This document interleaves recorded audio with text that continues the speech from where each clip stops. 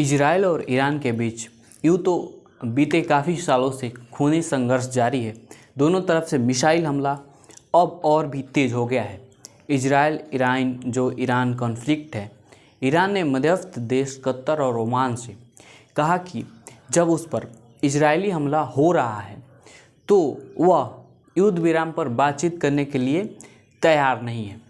दोस्तों, ईरान के जो वहाँ पे स्वास्थ्य मंत्रालय के प्रवक्ता ने कहा कि ईरान के परमाणु और बैलिस्टिक जितने भी वहाँ पे सेक्टर हैं जो इसमें परमाणु ऊर्जा क्षेत्र पर कार्य किया जाता है, उस पर इजराइल एकाएक करके हमला कर रहा है।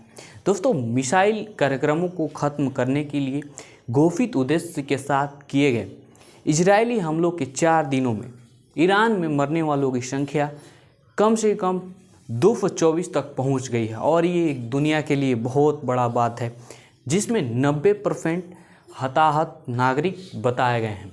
ईरान की न्यूज़ एजेंसी तस्नीम ने कहा कि ईरान के रिवोल्यूशनरी गार्ड्स के खुफिया प्रमुख मोहम्मद काज़ेमी और उसके डिप्टी रविवार को तेहरान पर हुए हमले में मारे गए हैं। दोस्तों, ये जो कॉन्फ्लिक्ट है इजराइल का और ईरान का, इसमें कहीं ना कहीं अमेरिका मध्यस्थता करता है और सारा काम अमेरिका के इशारे पर ही कहीं ना कहीं होता है।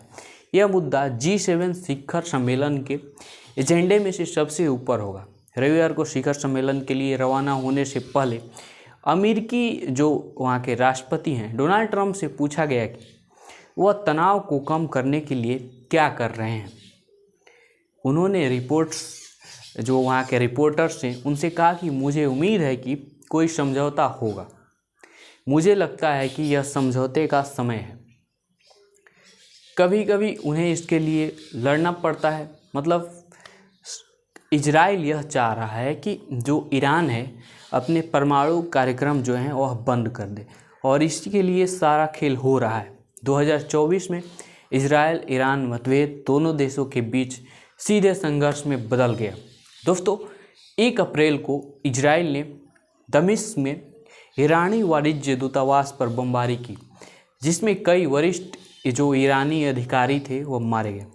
इस हमले के जवाब में ईरान और उसके प्रतिनिधियों ने 13 अप्रैल को, आपको याद होगा कि इजराइल पर बहुत बेतहाशा तरीके से मिसाइल से वार किया, लेकिन इजराइल का जो आयरन डोम सिस्टम है उसने इजराइल को इससे बचा लिया। ईरान ने इजराइल पर अधिक आलोचनात्मक रुख अपनाया, जिसके बाद युद्ध की जो स्थिति है और भयानक बनती जा रही है। जो इजराइल और ईरान का ये कॉन्फ्लिक्ट है यहीं पे समाप्त नहीं होता है। दोस्तों, ईरान का परमाणु कार्यक्रम सबसे बड़ा मुद्दा है इजराइल के लिए।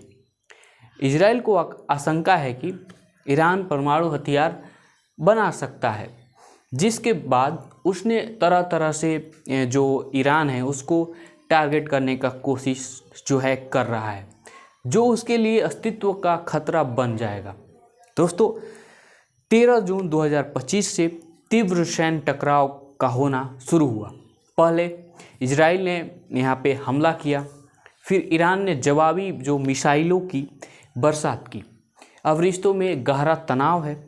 अमेरिका कुछ कर नहीं रहा है, इधर रसिया भी चुप है जो कि ईरान का समर्थक है।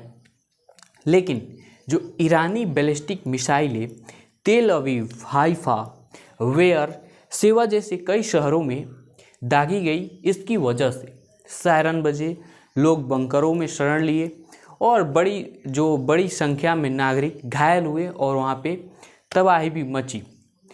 दोस्तों, जो इजराइल और ईरान का ये कॉन्फ्लिक्ट है, आपको एक बार इसको गहराई से समझना चाहिए।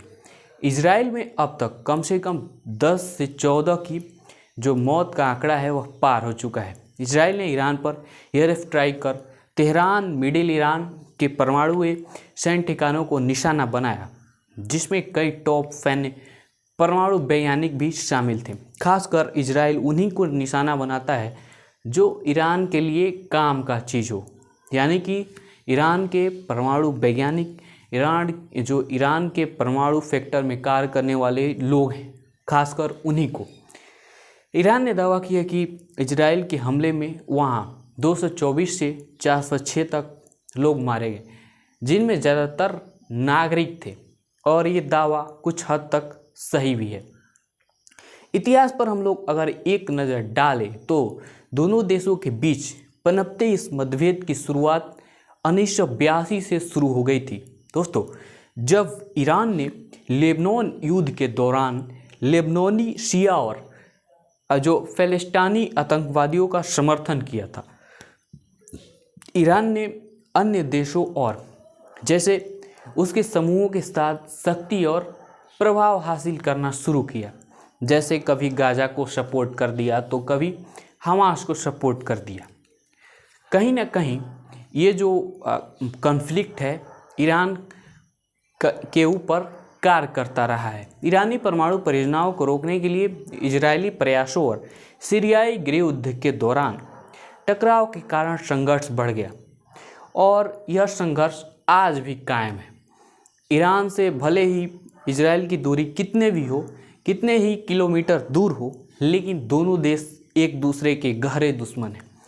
7 अक्टूबर 2023 को आंशिक रूप से ईरान द्वारा वित्तीय मदद हासिल करने वाला फिलिस्तीनी आतंकवादी समूह हमास ने इजराइल पर हमला किया, जिसके परिणाम स्वरूप लगभग 1200 इजरायली मारे गए थे और जो इजराइल हमास युद्ध छिड़ गया। इजराइल ने यहाँ पे बहुत ज़्यादा नरसंहार किया, बहुत लोग मारे गए वहाँ पे गाजा में। इजराइल की लेबनान में ईरानी प्रॉक्सी हिजबुल्लाह के साथ भी झड़प हुई। हमले के बाद इजराइल ने प्रतिशोध के रूप में सीरिया में ईरानी और प्रॉक्सी सैनिकों को जो है निशाना बनाना शुरू कर दिया।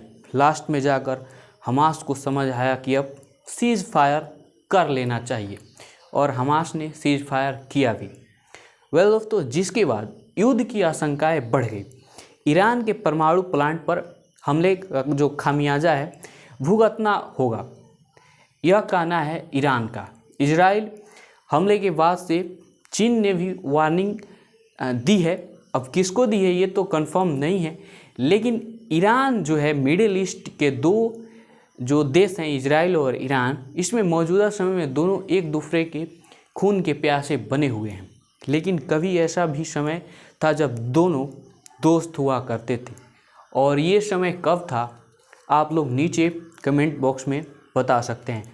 बाकी यह छोटा सा कॉन्फ्लिक्ट था, और भी ज़्यादा कॉन्फ्लिक्ट देखने के लिए आप हमारे साथ द एक्सप्लेन के साथ जुड़ सकते हैं। बाकी देखते रहिए द एक्सप्लेन।